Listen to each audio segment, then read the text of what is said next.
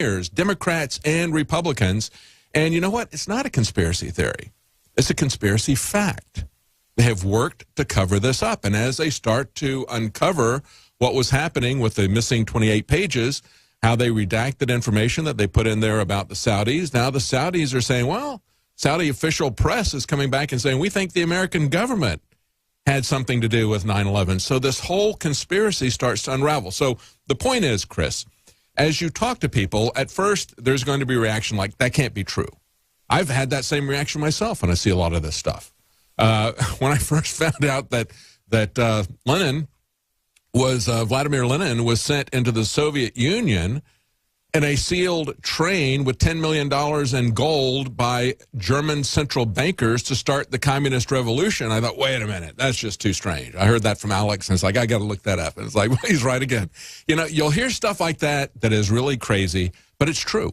They actually made a movie about it. They don't show it in America pretty much, but it's Ben Kingsley. I forget the name of the movie, but it's in, you can find it in Europe on DVD. I don't think you can even get it in America. They don't want you to think about the fact that there's, the communism in Russia, Marxism, was started by central bankers, the guys who give us most of our wars.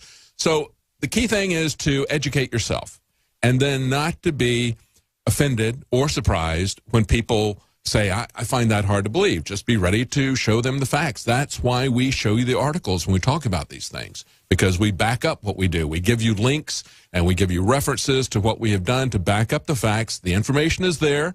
Most of the time, these are mainstream media sources. They bury it in the back of their websites or the back of their pages, papers, but it's there. And so we show those sources. So just be ready, Chris, to, first of all, educate yourself and then gradually educate other people and be patient with them. Understand that it's going to take them a while to understand what's going on.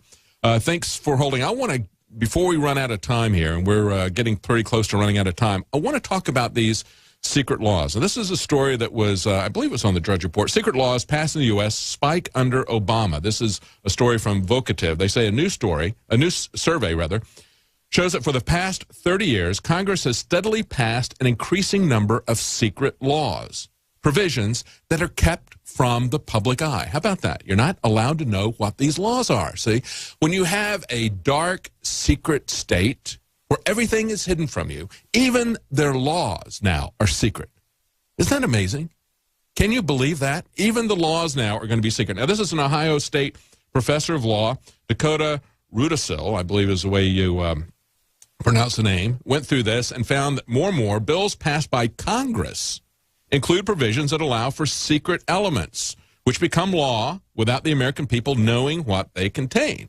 Now, I've talked a lot, and they go on the next paragraph, talking about the FISA court. And I've talked for a long time about how the FISA Act, the Foreign Intelligence Surveillance Act, created a court that is creating these rulings. They're the ones who gave the quote-unquote search warrant for Mr. and Mrs. Verizon, as Rand Paul talks about it. They're the ones who said the NSA can do dragnet spying on the American people. They did this in secret. There was nobody advocating for us. This is not a true court. This is a single judge, and this is one person, one lawyer who goes from the government to that single judge and says, I would like to do such and such. There's nobody arguing for the American people. There's nobody arguing for the Constitution. And as I point out in this study refers only to changes in U.S. law that come through secret acts of Congress. A president's executive order can also shape U.S. law. Well, theoretically, okay? In practice, yes. Not legally, not constitutionally. As can the classified FISA court, which secretly approves, among other things, warrants for NSA spying. They say FISA court rulings can set hidden legal precedents, as with the post-9/11 raw take order, which allowed agents at the NSA, FBI, CIA to share raw intelligence on Americans with fewer restrictions. In other words, what they have said is not only can they approve these warrantless searches on all Americans, dragnet searches, in violation of the Constitution, but they pretend and maintain that the FISA court can actually amend our Constitution and not let us know.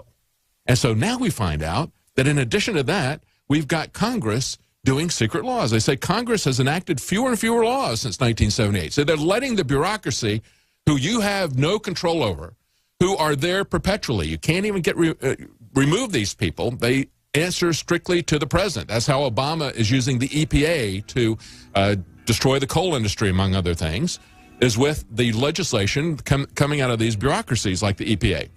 But they say even as total laws passed have decreased, provisions in them, when they finally do pass these laws from Congress, can, quote, reasonably be read to make a classified change to the U.S. law. And they're doing it in secret. And they say, what do these secret laws say? We don't know. They keep them secret, and they can keep that secret. Welcome back to the fourth hour of the Alex Jones Show. I'm David Knight. In this last segment, I want to continue talking about where our laws are going. You may not realize it, but the United Nations is writing new laws to govern how we drive.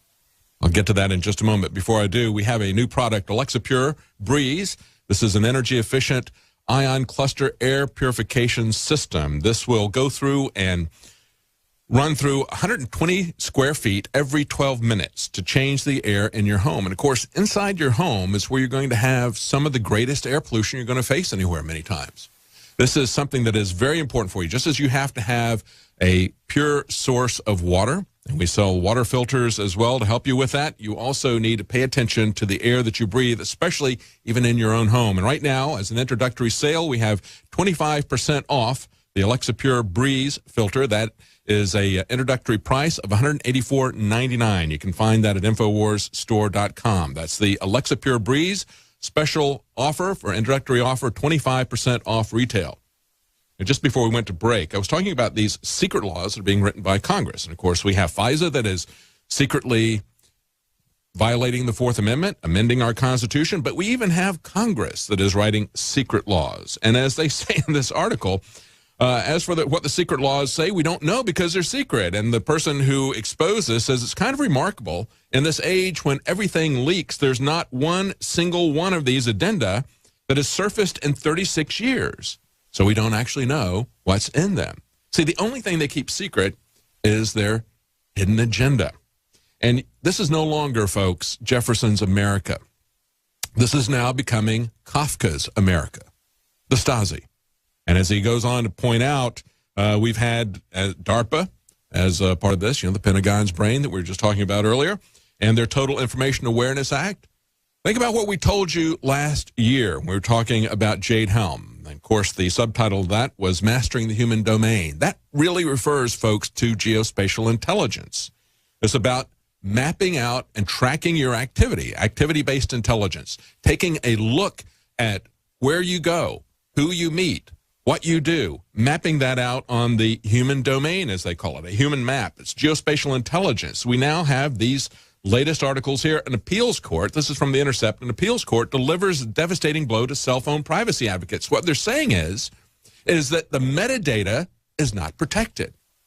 But the metadata is the most valuable intelligence they can get from you. It's more valuable than your conversations or your texts because they can use that for predictive programming. That was what Total Information Awareness was about. It was about pre-crime. It was about minority report types of surveillance. That's why this is so serious. They say when law enforcement asks the company for cell phone records to track location data in a new investigation, is that a search under the Fourth Amendment? Oh, of course it is, but the courts say no. So we have 3 politically appointed judges, and they say, well, a search isn't a search when we say it isn't a search. Then we see this coming out of Illinois. Someone is trying to gut America's strongest biometric privacy laws. This is something that Illinois had. That's the Biometric Information Privacy Act.